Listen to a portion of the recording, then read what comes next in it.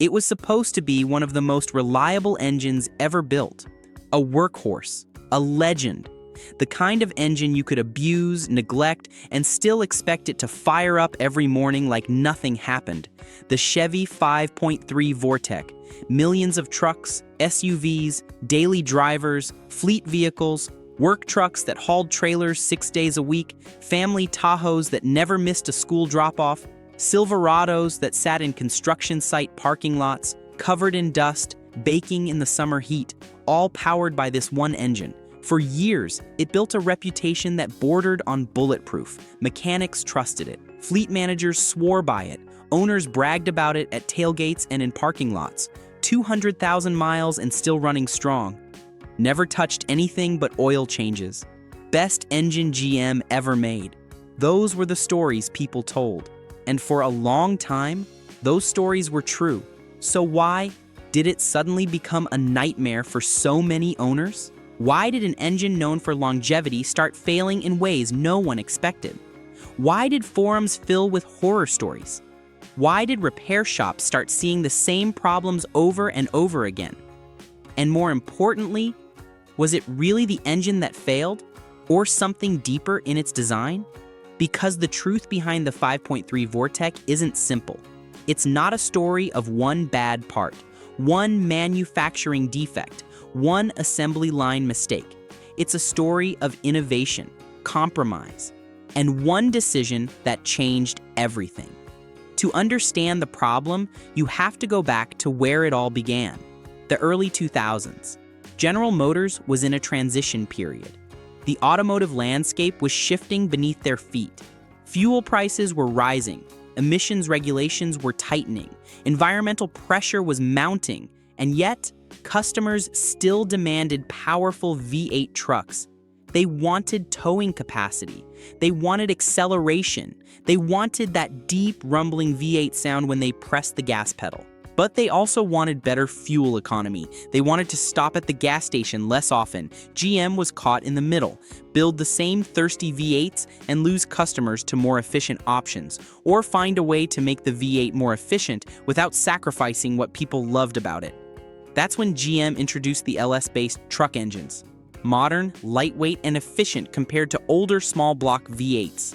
This was a new generation, a new philosophy, a new approach to what a truck engine could be. At the heart of it was the 5.3-liter Vortec V8. On paper, it looked perfect, around 270 to 355 horsepower depending on the generation. Torque figures pushing past 330 lb-ft, an iron or aluminum block depending on application. Simple pushrod design, proven architecture. It combined the best of old-school engineering with modern manufacturing precision. It was compact, it was powerful, and most importantly, it was durable. Early versions like the LM7 became known for running well past 200,000 miles with basic maintenance. Some hit 300,000. A few legendary examples pushed past 400,000. No drama, no surprises, just reliability, oil changes, maybe a water pump, perhaps a set of spark plugs every now and then. That was it. Owners didn't worry about their engines. They worried about rust, transmission issues, brake pads. But the engine? The engine was the one thing they trusted completely. So what changed? What happened to turn this legend into something owners started to fear? The answer begins with a feature that was supposed to make the engine better. Active fuel management, AFM.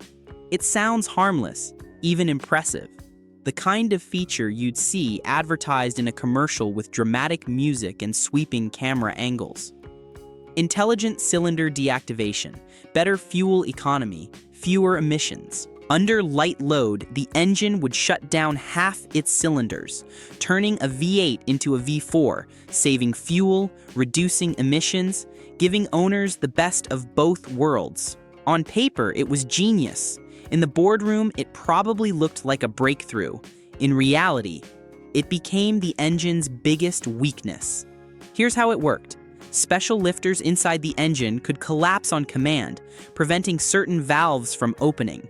When that happened, 4 cylinders would stop firing completely. The engine control module handled everything automatically. Sensors monitored load, speed, throttle position. Algorithms decided when to switch modes. Seamless, invisible to the driver. At least, that's how it was supposed to feel. Most drivers never even knew when it was happening. They'd be cruising down the highway, foot light on the gas, and half their engine would be sleeping. Clever, right?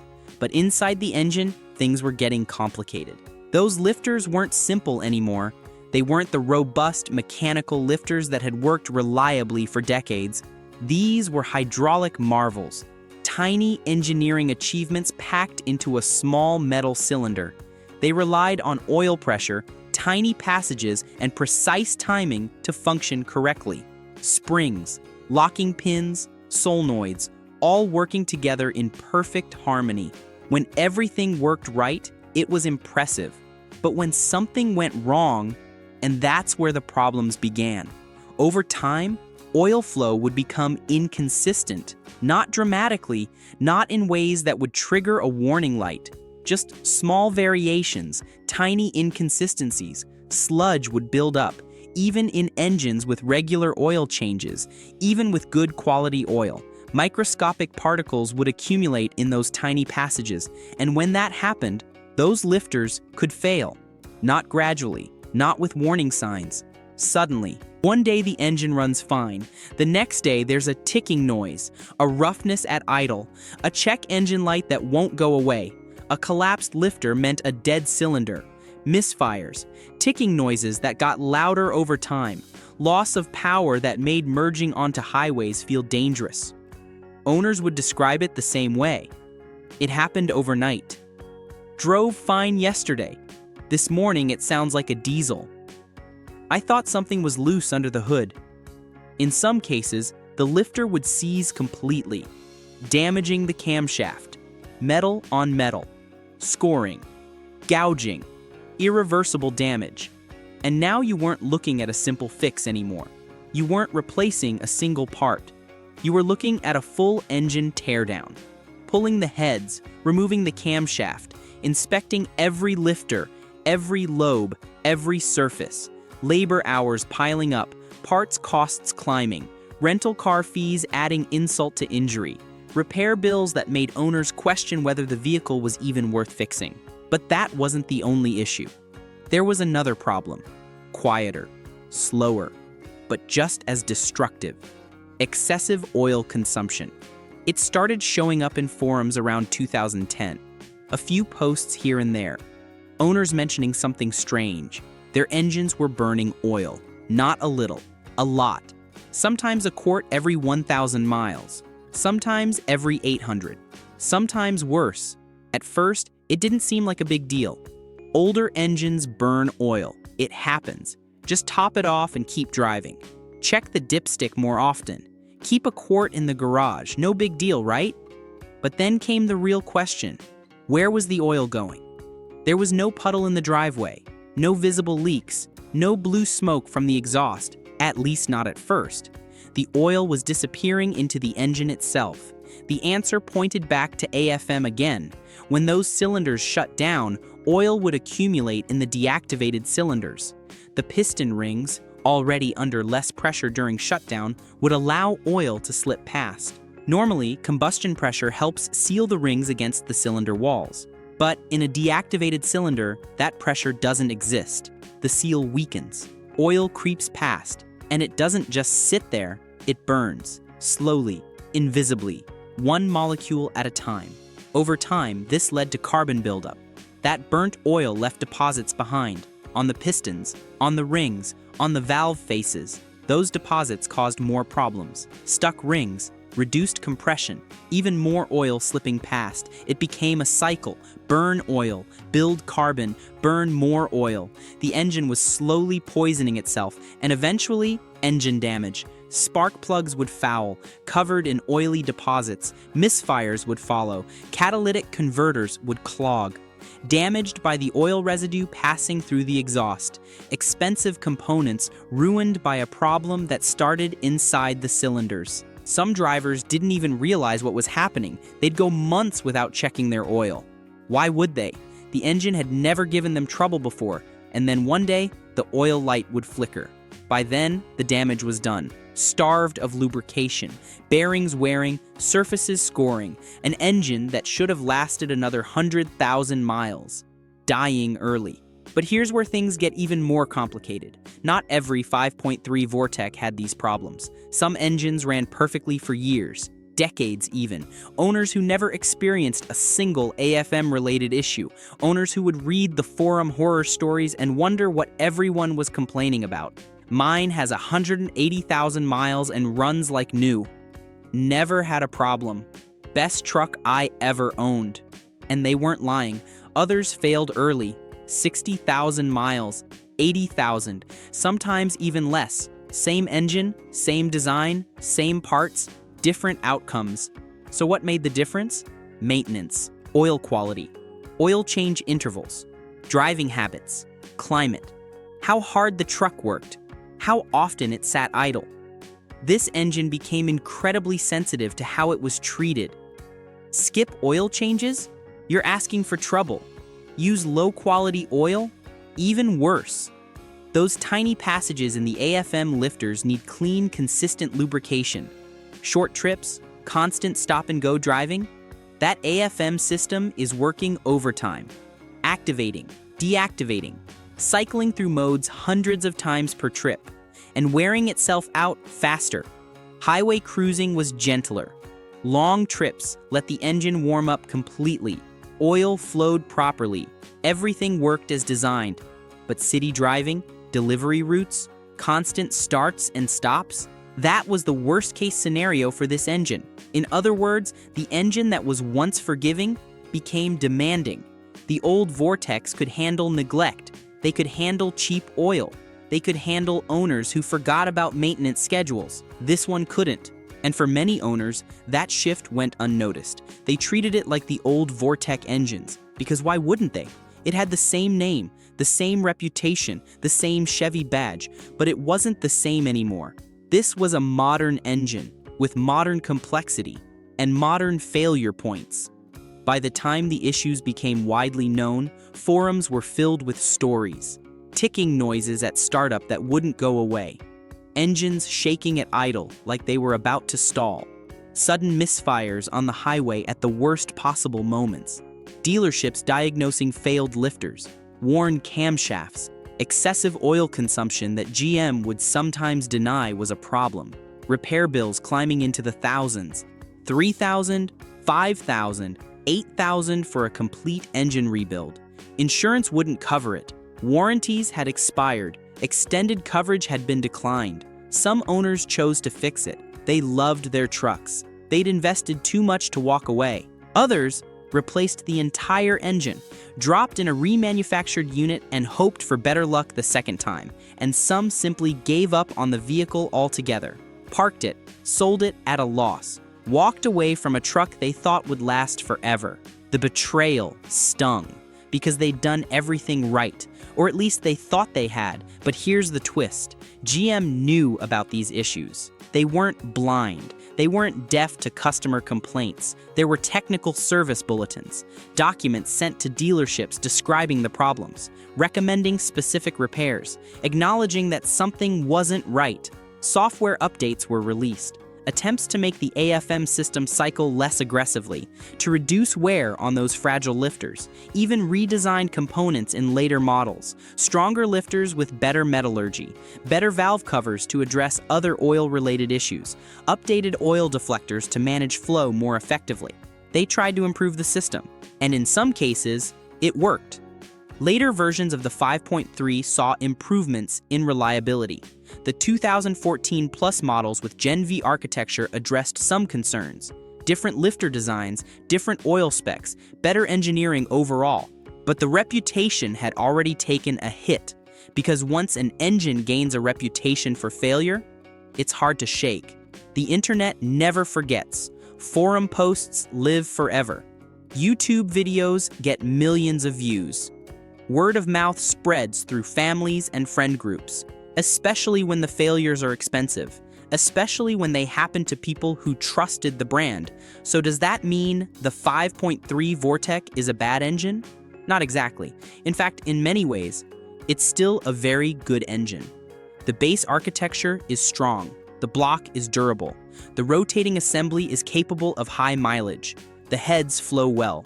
The design is fundamentally sound. Strip away AFM, and you're left with something very close to the legendary LS engines. The same engines that power Corvettes, Camaros, some of the most respected performance vehicles ever built.